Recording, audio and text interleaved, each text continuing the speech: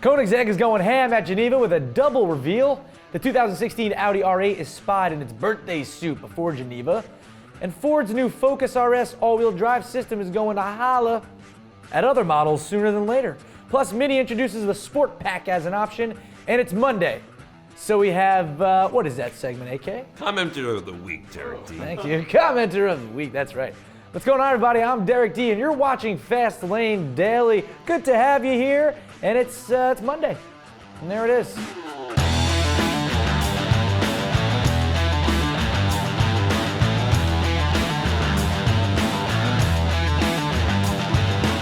You guys watch Better Call Saul? No. I did. It was good. Yeah, I watched the Grammys, and then up until then, watched Better Call Saul. Nice. Just check it out. All right. Mini has introduced the Sport Pack, which is a pack for every one of their current models.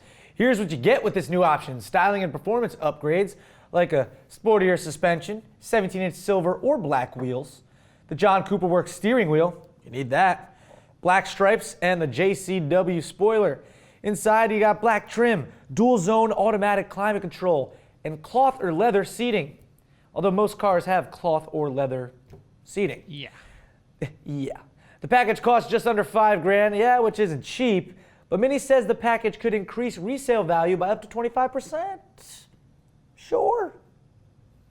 Moving right along. One of the new Ford Focus RS's coolest features is its twin-clutch all-wheel drive system. But Ford isn't going to only focus that system on this car. Well, basically what happens is two clutch packs control the torque split front and rear, and side to side on the rear axle. 70% of the available torque can be sent to each rear wheel, of which 100% can be sent to each wheel. You follow? Well, And that's how it goes down. Right. You know, this all helps with handling and controlling understeer. Since we don't know exactly which other models will get the system, you're all free to guess. And I'm gonna guess that you're guessing that it might be a future Mustang. But we'll just have to wait and see, I guess. And guess what? Next story. So here you go. That right there, it's kind of blurry single image, shows the redesigned Audi R8 before it's revealed at the Geneva Motor Show next month. Styling looks good, but it's kind of what we expected. Basically a lower, wider TT with laser lights. Right? And you got that new grille. The one surprise is the R8's signature side blades, or rather, I should say, the lack thereof, which may upset some people. But if the fact that the new R8 doesn't have those side blades actually upsets you, you must live a pretty happy life. Because, I mean, come on. Yeah. Besides the new looks, the 2016 R8 will use the Lamborghini Huracan chassis and a 4-liter twin-turbo V8, making about 460 horsepower and 369 pound-feet of what's going on there, Erica? Torque. That's right. There will also be two V10 options, a 5.2-liter unit making 540 horsepower or a 600 horsepower version.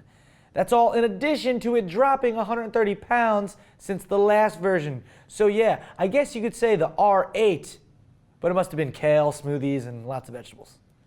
So, check that off. Don't even.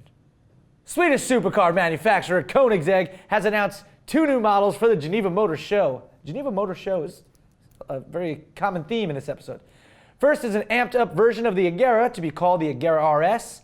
It'll probably still use the twin-turbo 5-liter V8, but with over 1,100 horsepower and 885 of what? Pound-feet of torque. That's right. 0 will transform itself into 60 in 2.9 seconds. Now, more interesting is the new model called the Regera. Geez, Regera. These don't exactly roll right off the tongue. I'd rather it be Regera. It's a hard G. Anyway, that car, the Regera, will be a mega car, like the 1-to-1, which means at least 1,341 horsepower, which is a megawatt of power. Basically, Koenigsegg is saying, hey, yo, Bugatti, where you at, son? Bugatti needs a Veyron successor. Pretty soon, I'd say. Yeah. Hey, Bugats, where's the Veyroni, huh?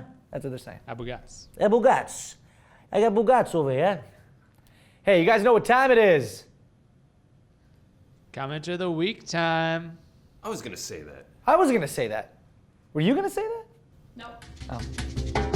Commenter of the week. Comment our show. Yeah, commenter of the week. Comments from YouTube. This comment comes from FLD fan G Carolo 16, and he commented in regards to that FLDQ of the D last week, where we asked, have you ever experienced recall on your car before you could get it fixed? And here's what he said.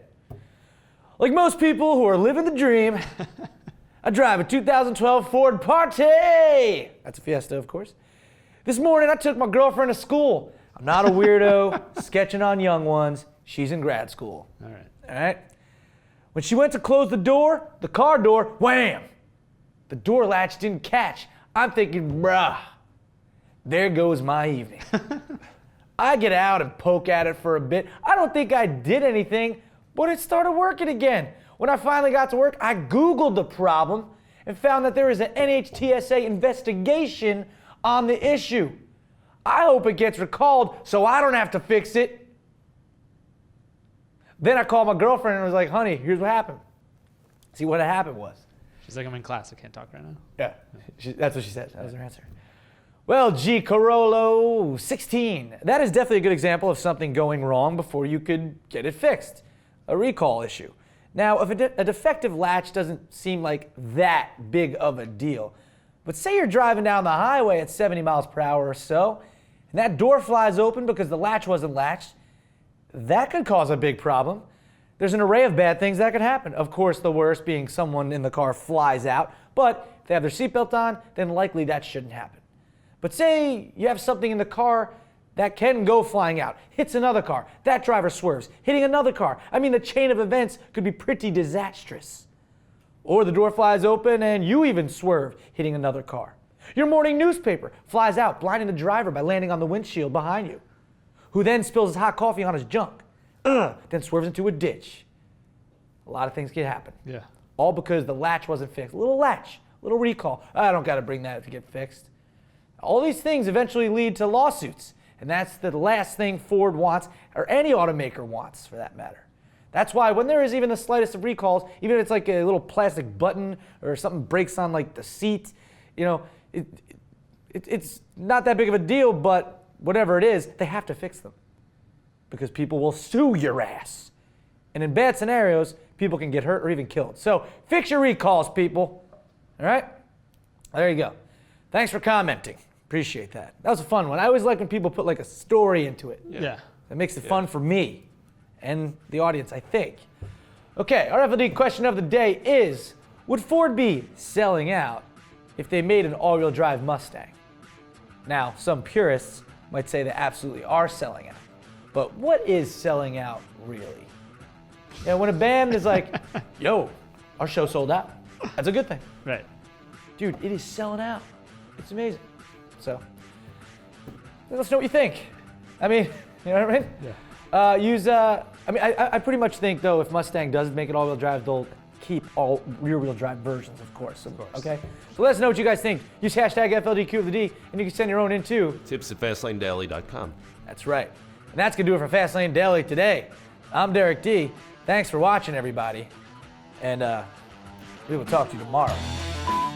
One of the new Ford Focus RS's coolest features, this one surprise is that, is if the fact that I keep messing up. If the fact there will also be two V10 options, a 5.2 liter, and I'm fucking this up way too much.